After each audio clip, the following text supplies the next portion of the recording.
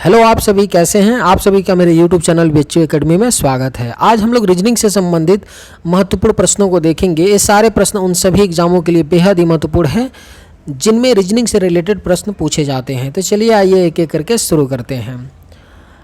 दी गई श्रृंखला में लुप्त संख्या ज्ञात कीजिए। क्वेश्चन सीरीज का है।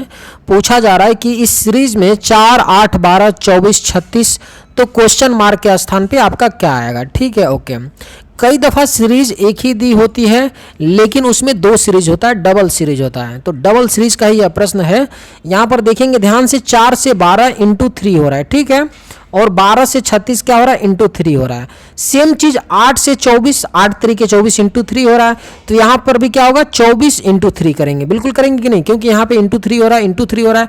तो ऊपर दूसरे सीरीज में भी तो इंटू 3 होना चाहिए ना। 8 तरीके 24, तो 24 3 72। तो यहाँ पे क्या आएगा, क्वेश्चन मार्क के स्थान पे 72 आएगा। हमारा राइट आंसर क्या हो जाएगा, ऑप्शन ए हो जाएगा, ऑप्शन ए 72। चलिए अगले प्रश्न पे चलते हैं।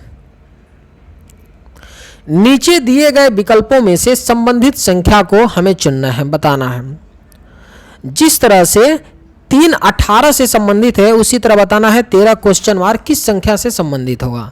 तो 3 18 कैसे आ सकता है, अगर 3 में हम 6 का मल्टीप्लाई कर दें तो 3 6 18।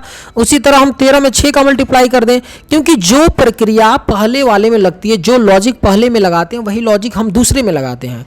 तो यहाँ पहले में 3 इंटू 6 किए तो 18 आया, तो दूसरे में 13 इंटू 6 कर देंगे तो क्या आएगा, 78। तो हमारा क्वेश्चन मार्क के स्थान पे क्या आ जाएगा, 78। किस ऑप्शन में 78 है, ऑप्शन बी में। तो हमारा करेक्ट आंसर क्या हो जाएगा, ऑप्शन बी हो जाएगा। दी गई आकृति में त्रिभुज ज्ञात कीजिए। हमें एक आकृति दी गई है और यहाँ पर पूछा जा रहा है कि इसमें कितने त्रिभुज हैं। ठीक है, ध्यान से इसे हम लोग करेंगे, बिल्कुल ही ध्यान से करेंगे, क्योंकि अगर ध्यान से नहीं करेंगे तो ये त्रिभुज का काउंटिंग का है और इसमें आपको कई फिगर दिए गए हैं, कई लाइन दी गई हैं, तो इसमें गलती के चांसेस बेहद होता है। कई दफ़ा तो हम क्या करेंगे, 19 इसका मार करके जल्दी जल्दी काउंट करके चले जाएंगे, लेकिन 19 गलत हो जाएगा। ठीक है, हमें प्रोबेबली लगेगा कि बिल्कुल 19 से ज़्यादा नहीं हो सकता है, ना कम हो सकता है। तो इसलिए हम लोग इसको क्या करेंगे, पहले वाले स्क्वायर, पहले वाला जो स्क्वायर है इतना, इसको एक बार देखेंगे, फिर इस स्क्वायर को इतना हम देखेंगे, इस बड़े वाले स्क्वायर को। ठीक है, ध्यान से समझिएगा। मैं यहाँ पे आपको एक स्क्वायर बनाता हूँ, ठीक है, और स्क्वायर में मैं ऐसे कर दिया और मैं कुछ ऐसे कर दिया, तो इसमें कितने त्रिभुज होंगे, ध्यान से समझिएगा। 1 2 3 4, 4 त्रिभुज ये हो गए, ठीक है, और ये आपका एक 5 हो गया यहाँ से यहाँ तक। इसी तरह अपोजिट में एक 6 हो गया, और इस अपोजिट में एक 7 हो गया, इस अपोजिट में एक 8 हो गया। कहने का मतलब ये है कि अगर स्क्वायर बना दें हम और उसमें 2 लाइनें खींच दें, दोनों क्या कर दें, विकर्ण को मिला दे, लाइनें खींच दे, तो क्या होगा कि उसमें 8 टोटल त्रिभुज बनेंगे। कितने बनेंगे, 8। इसी तरह बड़े वाले को ध्यान से देखेंगे तो सेम उसी तरह लाइन 2 क्रॉस है। छोटे वाले स्क्वायर को भी देखेंगे तो उसमें भी ऐसा है। तो 8 छोटे वाले स्क्वायर में बनेगा, 8 ऊपर वाले स्क्वायर में, तो टोटल कितने हो गए, 16 हो गए। ठीक है, और एक यहाँ बनेगा, ये पूरा आपका त्रिभुज बन रहा है, एक ये वाला, क्योंकि ये तो सेपरेट है, एक यहाँ बनेगा और एक यहाँ बनेगा, तो 16 और प्लस 2 हो गया। ठीक है, और ये एक त्रिभुज यहाँ पे बच रहा है ना, ये वाला, ये पोर्शन तो बच ही रहा है ना, तो 1 2 इसमें बनेगा, 1 3 बन जाएगा। तो 16 प्लस 2 प्लस 3, 16 2 18, 2 20 1 21, तो इसमें टोटल कितने बनेंगे, 21 बनेंगे। इसका राइट आंसर क्या हो जाएगा, ऑप्शन डी। समझिएगा ध्यान से कि मैंने कैसे किया। सबसे पहले मैंने क्या किया कि बड़ा वाला स्क्वायर मैंने पकड़ा। ठीक है, बड़ा वाला स्क्वायर पकड़ा। अभी मैंने आपको बता दिया कि अगर एक स्क्वायर है, बड़े वाले स्क्वायर में देखिए एक ऐसी डंडी गई है ना, बिल्कुल गई है, और एक ऐसी डंडी गई है ना, तो इसमें 8 बनेंगे। तो बड़े वाले में तो क्लियर हो गया कि 8 बनेगा। छोटे वाला भी सिर्फ ऐसा ही स्क्वायर है तो इसमें भी 8 बन जाएंगे। अब बाकी बच जाएगा ये पोर्शन आपका, तो इसमें 3 बनेगा और एक यहाँ एक यहाँ, तो टोटल कितने बन जाएंगे, 21 बन जाएंगे। चलिए अगले प्रश्न पे चलते हैं। नीचे दिए गए विकल्प में से संबंधित शब्द को बताना है, हमें चुनना है। जिस तरह बर्फ शीतलता देता है उसी तरह पृथ्वी क्या देता है, हमें बताना है। बर्फ से क्या होता है, बर्फ ठंडी होती है तो उससे हमें शीतलता मिलता है, लेकिन पृथ्वी से हमें क्या मिलता है, पृथ्वी क्या देती है, पृथ्वी के पास गुरुत्वाकर्षण होता है। क्या होता है, गुरुत्वाकर्षण होता है, क्योंकि पृथ्वी के पास समुद्र जंगल ये तो हो नहीं सकता, लेकिन पृथ्वी के पास क्या है, समुद्र भी है, ऐसी बात नहीं है, लेकिन ब्रॉड सेंस में क्या है, पृथ्वी के पास क्या है, गुरुत्वाकर्षण है, जो क्या है, जब तक पृथ्वी है तब तक वो खत्म होने वाला नहीं है। समुद्र तो आज है कल नहीं रहेंगे, एक अलग मैटर हो जाएगा। ठीक है, तो जिस तरह बर्फ शीतलता देता है उसी तरह पृथ्वी से क्या मिलता है, हमें गुरुत्वाकर्षण मिलता है। चलिए अगले प्रश्न पे चलते हैं। यदि ए बी बराबर 27 तथा बी सी बराबर 125 और सी डी बराबर 343 लिखा जाता है तो हमें बताना है कि ए बी डी बी कैसे लिखा जाएगा। ठीक है, ध्यान से देखिए, अगर ए और बी का प्लेस वैल्यू ऐड कर लें, ए का प्लेस वैल्यू 1 और बी का प्लेस वैल्यू 2, तो 2 और 1 3 हो गया, और 3 का यहाँ पे हम देख रहे हैं क्यूब है 27। समझ पा रहे हैं कि नहीं? उसी तरह बी और सी का प्लेस वैल्यू देख लेते हैं, बी का प्लेस वैल्यू 2 और सी का कितना 3, 3 2 5, 5 का क्यूब 125 है। सी और डी का प्लेस वैल्यू देख लेते हैं 3 और 4 7, और 7 का क्यूब कितना है 343। हो क्या रहा है कि जो आपके लेटर्स दिए हैं उनके प्लेस वैल्यू को ऐड करके उनका हम क्यूब कर रहे हैं। तो उसी तरह हम सेम क्या करेंगे, यहां पर ए बी डी बी का प्लेस वैल्यू निकाल लेंगे, 1 + 2 + 4 + कितना 2, यानी 4 2 6 2 8 1 9 9 आ गया प्लेस वैल्यू, और 9 का हम लोग क्या करेंगे क्यूब कर देंगे, तो 729 हमारा राइट आंसर हो जाएगा। क्या होगा 729 ऑप्शन से। चलिए अगले प्रश्न पे चलते हैं। दिए गए विकल्पों में से दिए गए प्रश्न की सही जल छवि चुनें। हमें सही जल छवि बताना है। इस तरह के प्रश्न को करने के लिए हमें बस इतना आप जान लीजिए, जब जल प्रतिबिंब की बात करेगा ना, समझ पा रहे हैं कि नहीं, तो ऐसे कुछ मिरर होगा, ऐसे नीचे ऐसे होगा, और यहाँ पे संख्या है तो इमेज नीचे बनेगा आपका। मिरर यहाँ रखिए क्योंकि मिरर का काम जल करेगा, यहाँ पे इमेज बनेगा। ठीक है ना? तो कुछ हम लोग नहीं करते हैं, एक शब्द को पकड़ते हैं। ठीक है, जैसे इसमें आर को हम देखेंगे और आर का मिरर इमेज बना लेंगे। ठीक है, मिरर इमेज मतलब कि जल छवि बना लेंगे। ठीक है, तो आर का जल छवि ऑप्शन ए हो नहीं सकता है, ऑप्शन बी हो नहीं सकता है, ऑप्शन सी और ऑप्शन डी हो सकता है आर का जल छवि। ठीक है, अब क्या करिए, कुछ मत करिए, ई को एक बार चेक कर लीजिए। तो ई का जब जल यहां से प्रतिबिंब बनाएंगे तो कैसे बनेगा, ई का कुछ ऐसे बनेगा, और आपका सी में उल्टा दिया है, तो हमारा राइट आंसर क्या हो जाएगा ऑप्शन डी। हम पूरा पूरा कभी भी नहीं बनाएंगे। ऐसे तो ये इजी प्रश्न होता है, आपको देखते ही निपटा करके आगे निकल जाना है। उस वेन आर्य का चयन करें जो दिए गए वर्गों के बीच संबंध को सर्वोत्तम रूप से दर्शाता है। क्वेश्चन है कि कोणार्क, मानसरोवर और भारत के लिए हमें वेन डायग्राम बनाना है। इसके लिए जो भी शब्द दिए गए होते हैं उनके बारे में हमें थोड़ी बहुत जानकारी होनी चाहिए। ठीक है, तो कोणार्क का जो मंदिर है वो कहां पड़ता है, भारत में पड़ता है। कोणार्क का जो मंदिर है वो कहां पड़ता है, भारत में पड़ता है, भारत के उड़ीसा में पड़ता है। ठीक है, लेकिन जो मानसरोवर है ना, मानसरोवर वो तिब्बत में पड़ता है। कहां पर, मानसरोवर तिब्बत में पड़ता है। तो कुछ इस तरह का डायग्राम होगा, कोणार्क मंदिर भारत में और मानसरोवर के लिए अलग डायग्राम बना लेंगे, तो हमारा राइट आंसर क्या हो जाएगा ऑप्शन ए। क्या होगा ऑप्शन ए, क्योंकि कोणार्क मंदिर कहां पर है, भारत में है, लेकिन मानसरोवर भारत में नहीं है, तो मानसरोवर का डायग्राम और भारत कोणार्क के डायग्राम में कोई भी रिलेशन नहीं होगा। चलिए अगले प्रश्न पे चलते हैं। नीचे दिए गए प्रश्न आकृति में लुप्त संख्या ज्ञात कीजिए। हमें लुप्त संख्या बताना है, और लुप्त संख्या देखिए बीच में क्वेश्चन मार्क है, यानी यहां। और एक चीज ध्यान से देखिए, इस तरह के प्रश्न को करने के लिए थोड़ा एनालाइज करिए।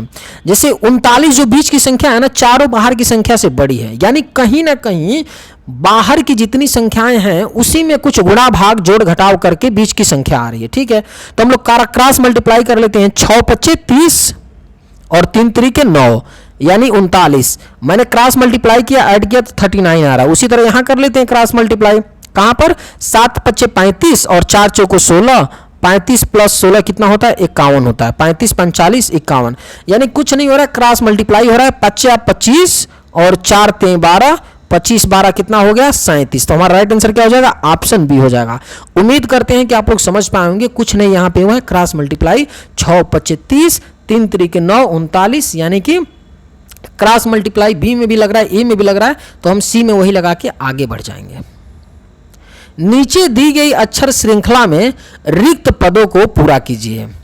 हमें बताना है कि इन रिक्त पदों पर कौन सी संख्या भरी जाएगी। ठीक है, तो इस तरह के प्रश्न को करने के लिए सबसे पहले ना आप सबको काउंट कर लीजिए कि कितने हैं, कितने यहाँ पे लेटर हैं। 1 2 3 4 5 6 7 8 9 10 11 12 13 14 15 16 टोटल जो लेटर्स हैं कितने हैं 16 हैं। यानी 16 हैं तो क्या हो सकता है, 4 का पेयर बन सकता है, और कोई पॉसिबिलिटी नहीं है। या तो 8 का पेयर बन सकता है, लेकिन 8 का पेयर नहीं बन सकता, या 2 का भी पेयर नहीं बन सकता है, क्योंकि इसमें जो लेटर्स हैं देखिए के भी है, टी भी है, आर भी है, सी भी है, यानी कि 4 लेटर इसमें है ही। तो हम 4 का पेयर बनाएंगे, और जनरली ऐसा करते हैं 16 है ना, तो 4 का ही मल्टीपल हो सकता है, 4 का ही पेयर बनेगा। ठीक है, तो 4 के लिए हम क्या करते हैं, ऐसे कुछ लाइन खींच लेते हैं कि यहाँ 4 हो गया और कुछ यहाँ 4 हो गया और कुछ यहाँ 4 हो गया, ठीक है ना।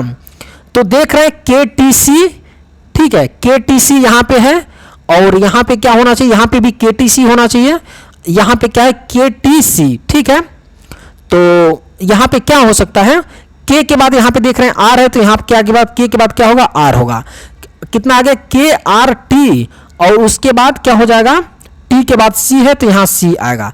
हमारा कुछ ऐसा बनेगा, 4 का जो पेयर बन रहा है KRTC बन रहा है, ठीक है ना, KRTC बन रहा है।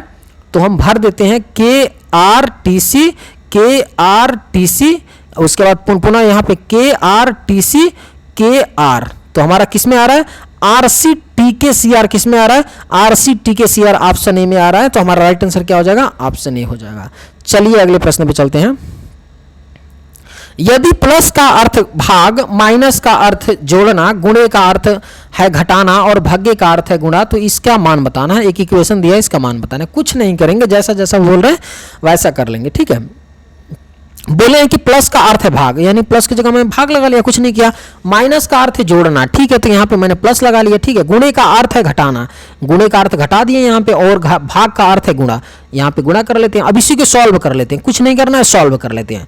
तो 20 यहाँ पे -12, ठीक है, 12 सॉरी, माइनस यहाँ पे क्या हो जाएगा, 4 से डिवाइड कर लेंगे तो यहाँ 3 बच जाएगा, यहाँ पे प्लस क्या हो जाएगा, 8 हो जाएगा, और यहाँ पे गुणे कितना हो गया, 4 आ गया, ठीक है। तो 8 चौको 32 यहाँ पे आ गया, और 32 20 कितना हो गया आपका, 52 हो गया। 32 और 20 52, अब 52 - 3 कर देंगे तो 49 आ जाएगा। तो हमारा राइट आंसर क्या होगा, ऑप्शन सी। थोड़ा तेजी लाना सीखिए, तेजी नहीं लाएंगे तो फिर दिक्कतें होंगी। चलिए अगले प्रश्न पे चलते हैं। नीचे दिए गए विकल्पों में असंगत संख्या समूह का चयन करना है। हमें बताना है कि इन चारों में से विषम कौन है और 3 किसी न किसी प्रकार से संबंधित है, ठीक है। तो ध्यान से देखिए, 3 से 6 हो रहा है, 7 से 42, 8 से 56, 12 से 128। एक चीज ध्यान से अगर देखेंगे हम तो 6 जो संख्या है 3 से डिविजिबल है, 42 क्या है 7 से डिविजिबल है, 56 क्या 8 से डिविजिबल है। लेकिन बच्चों 128 जो है 12 से डिविजिबल नहीं है, पॉइंट में जाएगा। 12 कम 12, 12 दहा में 120 ले लेते हैं 10, और 12 सत्ते 84, 12 छक्के 12 छक 72, यानी 10.6 ऐसे कुछ करके आएगा, ठीक है। ये पूरा 128 नहीं कटेगा, तो विसंगत हमारा कौन सा हो जाएगा, ऑप्शन बी हो जाएगा। क्योंकि बाकी जो 3 हैं उसमें दूसरी संख्या पहली संख्या का मल्टीपल है, यानी पहली संख्या से दूसरी संख्या कट जा रही है। लेकिन बी में ऐसा नहीं हो रहा है, डेसिमल में पूरी संख्या नहीं कट रही है, डेसिमल में वैल्यू आ रहा है, इसलिए हमारा विषम जो हो जाएगा इन चारों में से कौन सा हो जाएगा, ऑप्शन बी हो जाएगा।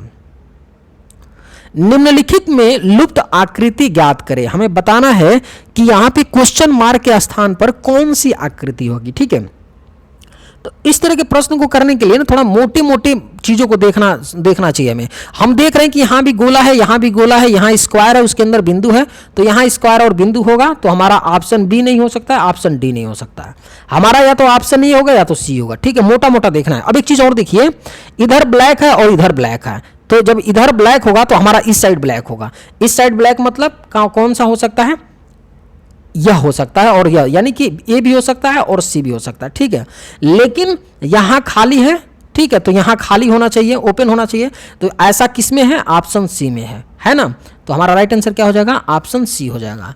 चलिए आज के वीडियो में बस इतना ही। अगर आप लोगों को ये वीडियो पसंद आया हो तो एक लाइक जरूर कीजिएगा। थैंक्स।